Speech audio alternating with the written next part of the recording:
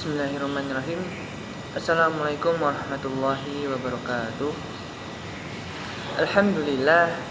Alhamdulillahilladzi arsala rasulahu bil huda wa dinil haqq liyudhhirahu 'ala dini kullih wa kafaa billahi shahida.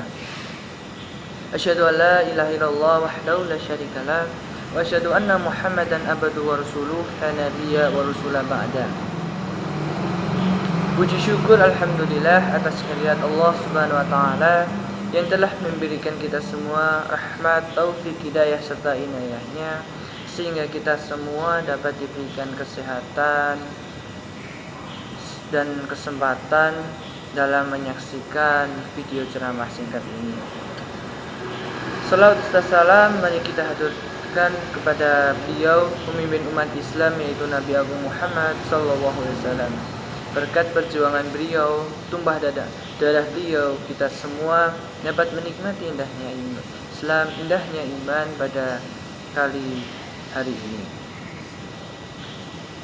Yang ketiga kalinya, alhamdulillah, di sini saya bisa sedikit berbagi ilmu kepada teman-teman semua. Dan di sini saya akan menjelaskan mengenai Islamisasi ilmu pengetahuan, di mana pada masa sekitar abad ke-20 Masehi, pada masa itu banyak sekali kemajuan teknologi dan kemajuan ilmu pengetahuan dari daerah barat, yang dimana pada saat itu juga banyak sekali ilmu pengetahuan dan ilmu teknologi itu dijadikan sasaran untuk menjajah dunia, terutama dunia Islam ya. Di dalam hal tersebut banyak sekali ilmu-ilmu yang masuk, oleh karena itu banyak sekali terdapat sikap dalam menanggapi hal tersebut, yang dimana saya ingin menyebutkan 3 sikap, yaitu ada yang dimana jikalau ilmu pengetahuan atau teknologi tersebut bersifat sekuler atau memisahkan antara dunia dan agama, maka ilmu tersebut jelas harus ditolak. Yang kedua yaitu apabila kok ilmu pengetahuan yang berasal dari barat itu bersifat netral, nah jelas ilmu tersebut harus kita terima tanpa adanya rasa curiga dan sebagainya.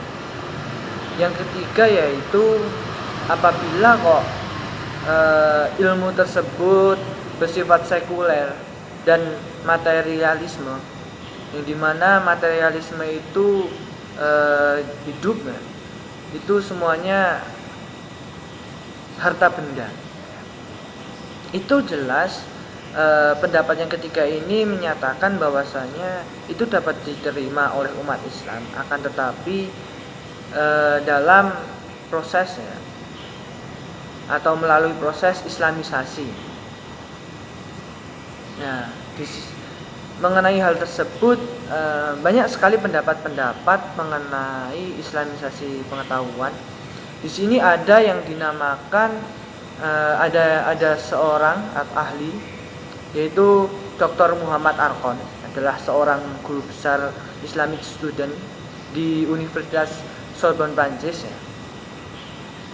Dia menyatakan bahwa keinginan para cendekiawan melakukan Islamisasi ilmu dan teknologi merupakan kesalahan, karena dimana Muhammad Arqon itu mengatakan bahwa itu dapat menjebak kita pada pendekatan yang menganggap bahwa Islam hanya semata-mata ideologi.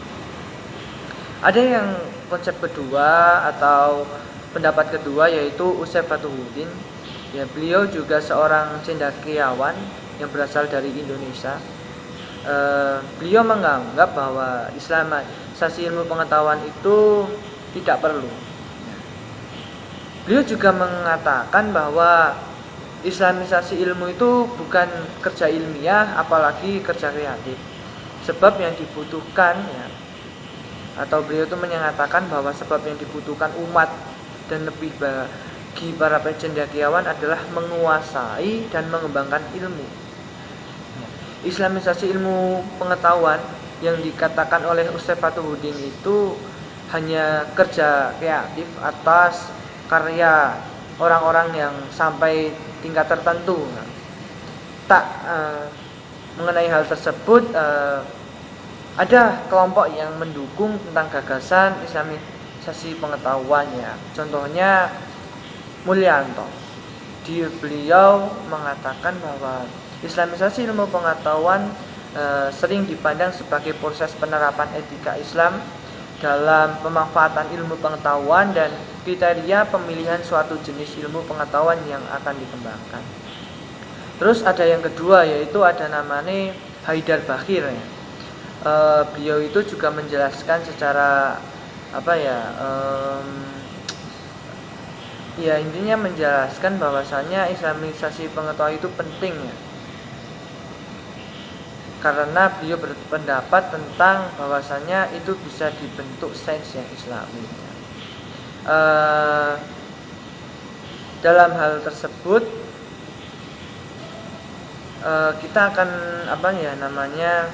ada yang realisasi ilmu pengetahuan tersebut, ada yang mereka itu berpikir bahwasanya islamisasi itu pengetahuan itu berasal dari pemikiran yang dimana ada pengaruh tentang Arabisme atau mungkin pengaruh dari Palestina. Ada yang menyatakan kedua, yaitu tentang Islam karena agama sendiri.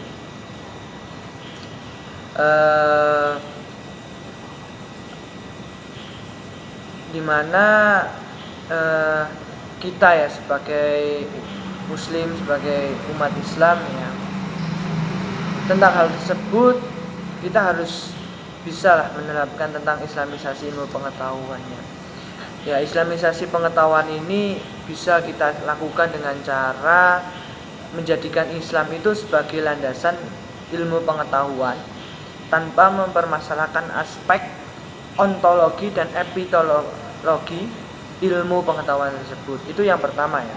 Dan yang kedua, yaitu islamisasi pengetahuan dan teknologi itu dapat kita lakukan dengan memasukkan nilai-nilai Islam dengan nilai-nilai Islam itu ya ke dalam konsep ilmu pengetahuan dan teknologi tersebut.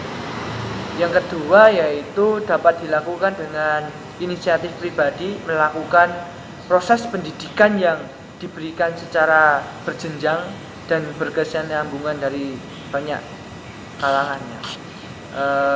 Juga ilmu pengetahuan itu juga dapat dilakukan dengan cara integrasi antara dua paradigma agama dan ilmu, seolah-olah ya itu memperhatikan perbedaan.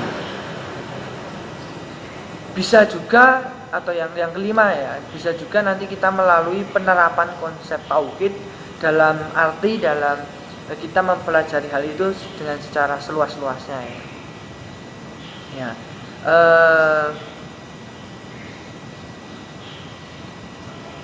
Bahwa kesimpulan yang saya jelaskan mengenai islamisasi pengetahuan yang tadi, mengenai sejarah masuknya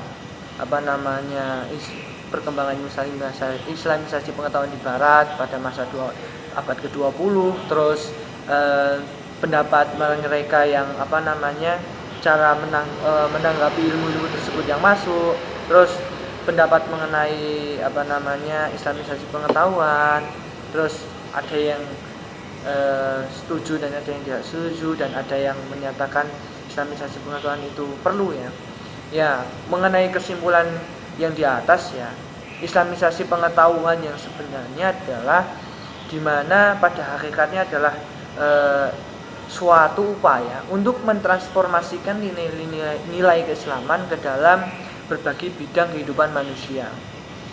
Jadi Islam itu bukan hanya mengatur segi ritualisasi dalam arti sholat, puasa, zakat, dan haji, melainkan ini adalah sebuah ajaran yang mengintegrasikan segi-segi kehidupan duniawi termasuk ilmu pengetahuan dan teknologi.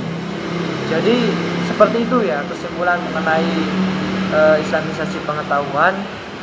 Mungkin sekian ya video dari saya. Apabila terdapat kekurangan atau kesalahan yang dari saya sampaikan, saya mohon maaf yang setulus-tulusnya, karena tiada kesempurnaan melainkan milik Allah. Allahumma fiq ila aqwamin thoriq wa billahi taufiq wal hidayah wa ridha wal inayah. Wassalamualaikum warahmatullahi wabarakatuh.